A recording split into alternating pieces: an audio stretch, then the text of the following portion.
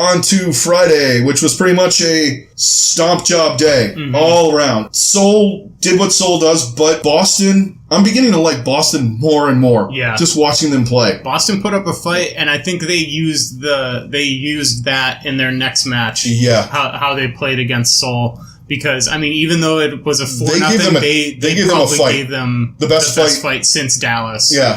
For sure. At this point, I don't know how the fuck that happened, but... Right. But, you know, Dreamcasper and Striker are awesome. Both looking I love them. Incredible. And they're like so... They're just so calm, it seems like, when they're playing. They don't lose their shit. Kind of like Seoul. Yeah. You know, you can see the other teams that get a little edgy, flamey. They're calm. They go about their business. They're not doing anything crazy. Mm-hmm. But you know what? They're calculated and they're doing really well. And I think, you know, like we said earlier, they're going to be up towards the top by the end of the season. Yeah. And they're one of those teams. People need to look out for them. They and Philly are going to be competing for that third spot, that playoff spot in the East. I think so. Well, I mean, because obviously it's going to be London and New York are the top two, but I think Boston and Philly are going to be scrapping it out for that third. I do too. Playoff spot, and that's going to be really fun to watch down the line. They don't have like the top support play like we're talking about, but their support play is good. Yes.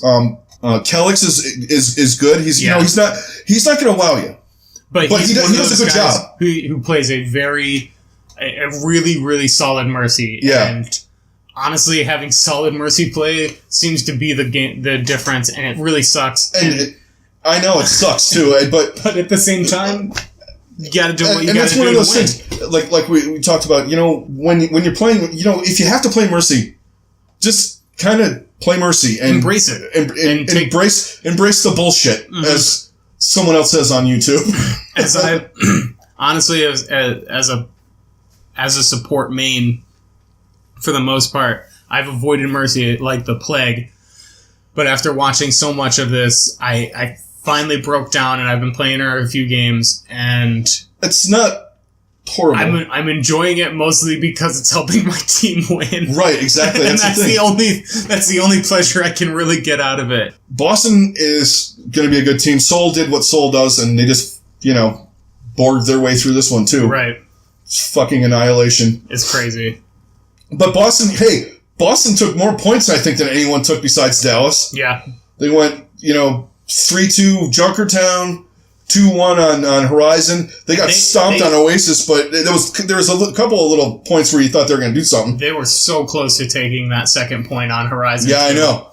It was fair, but you know, it's like so close. Which also just lets you know how good Seoul is. Mm-hmm. Most teams, I don't think they would have survived that. That is just what all of the Korean teams, except for probably London, we'll get into that in a bit. Yeah. That's what they're just so especially good at, is stopping and just holding points. Yeah, especially those late massive pushes that when the other team has, especially when they have like the two support ults, they are so good at like denying them meaning anything. Right, and just keep like holding it until the rest of the team gets there, and just keeping it in overtime until it's crazy, especially on Horizon, and then even more impressively on the King of the Hill maps. They're so good at that on King of the Hill maps. It's just stupid. But I mean, obviously Horizon, it's much easier to do that because the spawn is so close. But even then, that's still a really difficult thing to do because they're really one of the few teams that does it on a consistent basis. They don't C9. Right. Which a couple of teams are really bad at. Mm-hmm. Well, we'll get to those teams later because that's a later match where we had a couple of weird things like that happen. Yeah. My team, shout out to Mayhem Nation. Not that it was getting their first win. We got our first win, but it wasn't against the greatest team in the world. Still unorganized, and like we talked about, day 1 and 2. They need to shake up in Shanghai. Mm-hmm. They need to really look at their coaching, what they're doing, because they seem to be doing the same fucking thing. It was, like I said on day 1. For all the praise that we give Seoul, Shanghai is doing the exact opposite in the sense of they are not making any adjustments. They're not making. They did and they finally seem to be getting worse until that final map against Florida. That's what I was going to say. That was the only time we said, all right, now they kind of they're adjusting. That's where you kind of saw. That's when you saw Undead go off on McCree. See, these guys. Then it's like as soon as he's dead, their momentum is gone. He hard carried him in every match they've had so far, and it hasn't taken him very far. Right. And if he has a bad match, God forbid, like he did in the first on what was it, Thursday? Yeah. Wednesday, they get fucking curb stomped. Yeah. Like bad. Oh, really? And Diaz is very disappointing to me at this time because I thought he was going to be one of the best. It's just there's a lot of things to work out in there. It's just a mishmash of shit.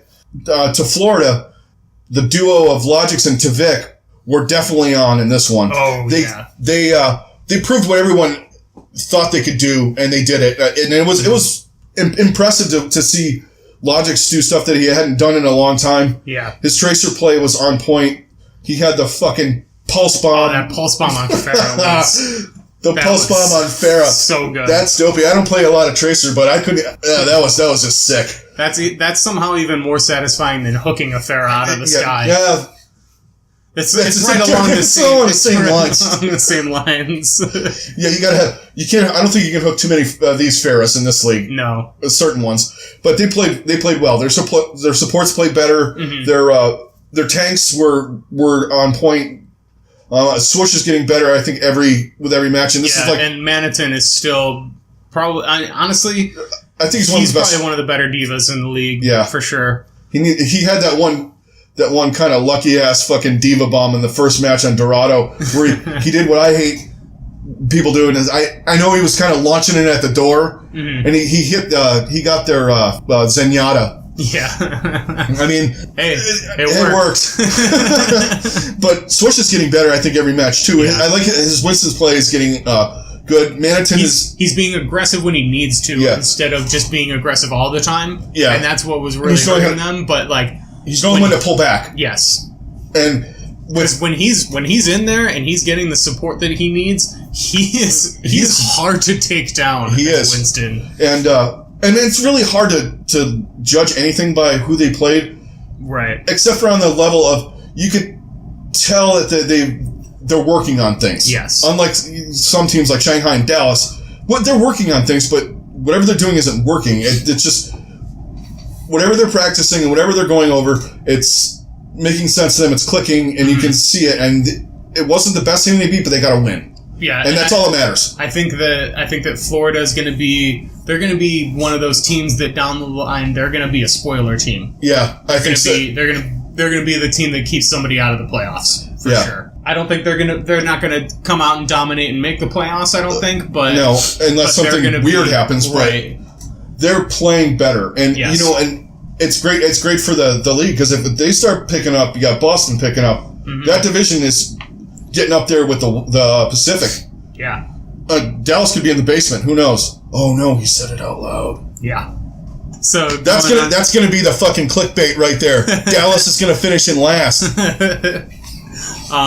Speaking of Dallas, they look better. Game of the night. They looked markedly better. And guess what? They were playing most of the Envious lineup against London. What I've been asking for the first week and into Friday, they took a damn 2CP or a King of the Hill map from London. Yeah, from a Korean lineup. Yeah, from a full Korean lineup. And that definitely is London's weakness. Yeah. That Oasis map. Because if you remember last week, Florida was within percentage points. They had it was a 2-0 sweep, but Florida had up to 80% on both points, and they just came in and took over. They couldn't do that against Dallas. No.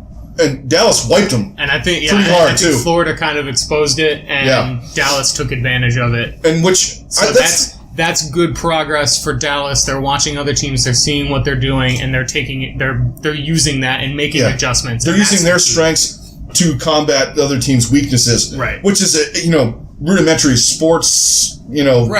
Psychology. But London still looked great. Birdring and Prophet, give me that all fucking day long. God. I love those two. I'm not a DPS guy either. I'm falling in love with all these goddamn fucking DPS players. It's horrifying to me. Right. But watching Birdring's Genji. Birdring's good on everything. Yeah, he really is. And Prophet's good on pretty much everything, too. Mm-hmm. Their tank play is solid, but they shine. Where they shine is their DPS. Their DPSs are just great. Yeah, like they have solid tank play and solid. Bedosen's great though too. And we got to see him play. Bedosen is. You got to see him play a little bit of Ana too this weekend, which is nice. Yeah, they do, and their tanks don't. They're not like flashy like Philadelphia.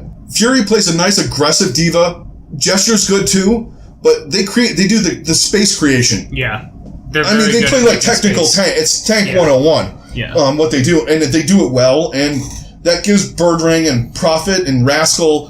That was fun watching. Just enough for those guys to just go off. Yeah. And that's really all you can ask for from a tank duo. I mean, obviously they're not taking over a game like some of the other tanks we've seen, but they're still really. They're doing what they're supposed to do, but they're doing it at a high level. Exactly. A very high level. Exactly. And the same thing with their supports. They're not flashy. Right. I mean, Bedosen is... He'll get some picks every once in a while. He gets some nice ones, too. Yeah, some really good picks that you're just like, God damn. Yeah. I mean, it's hard to top Rouge Hong and Jonak, though. Right, it really is. Those guys are fucking... They're like extra widows. I mean, I feel like there was a couple of times where they were picking off widows, which is my favorite thing to do as a Zen, by the way. Yes. Nothing better than a dopey widow. Making my proudest moment is making a widow quit because I picked her off 3 times in a row as Zen. Leave. Just seeing them leave after you pick them off is nothing more satisfying. Oh, yeah. I like fucking with Widowmakers with Diva. Just the sheer surprise of a tank flying at your face, I guess, really fucks them up. You just go in there with the missiles and everything and just... They're doing it to Sarah's, too. Yeah. Okay, that was just our quick recap of Friday action. We're going to hit you with a full episode of Saturday action, which is the best of the weekend, and our new segment called Duos of the Week, where we hit you with our favorite tank, support, and DPS duos, not necessarily stats-wise the best, but what we like watching. Hey, and don't forget to give us a like and a subscribe if you like what we're doing here and what we have to say. Also, if you'd like, join in the conversation below, or we're also on Twitter. You can join us there and continue the conversation. And we'll talk to you later.